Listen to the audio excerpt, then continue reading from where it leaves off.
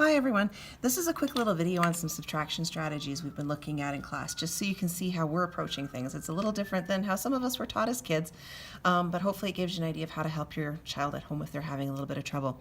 We're looking at subtraction facts up to 18 minus 9 at the moment, and most of us are pretty good at this.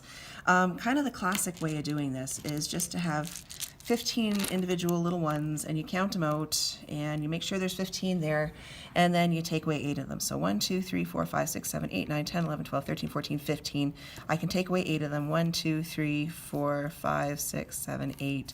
And I'm left with 1, 2, 3, 4, 5, 6, 7. So I can get the answer just using manipulatives. And I can draw a picture of that as well. But by the time most students get to grade 2, they don't need the concrete physical manipulatives anymore. Most of them are ready for a different strategy. One of the strategies we've looked at in class is a number line. So if you draw out a number line, if you draw out a number line with the numbers from 1 to 18 on it, that'll give you everything you need to do the subtraction up to 18 minus 9. You can find 15, and then you can bounce down 8 steps and figure out what the answer is. So if you're on 15, 1 bounce, 2, 3, 4, 5, 6, 7, 8. Turns out that 15 minus 8 is 7. So I can get the answer that way. Another quick one that even I as a grown-up occasionally use is counting up on my fingers. So I can start with the lower number. I can start with 8, and I can count up until I get to 15 and find out how many I had to count up using my fingers. So 8, 9, 10, 11, 12, 13, 14, 15. I can find out that 15 minus 8 is 7 that way. So those are 2 strategies we've used in class. Now, things are going to get a little more interesting as we move into 2-digit subtraction with borrowing. If I make myself 15 with my manipulatives using a tens stick, there's my tens stick, there's 1, 2, 3, 4, 5 ones.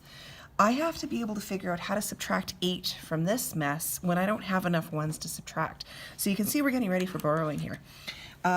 If I've got a tens stick and 5 ones, I can't take away 8 ones. I don't have enough ones to take away. So what I need to do is I need to trade that tens stick in for a whole bunch of ones, and then I'm going to have enough ones to subtract. So I'm going to take 10 ones, make sure I've got 10 ones, 1, 2, 3, 4, 5, 6, 7, 8, 9, 10.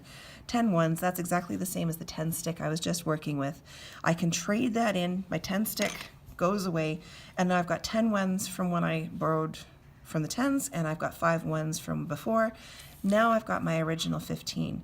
So this is exactly the same as a tens stick and 5 ones. It's just now that I've got enough ones, I can take away 8 of them.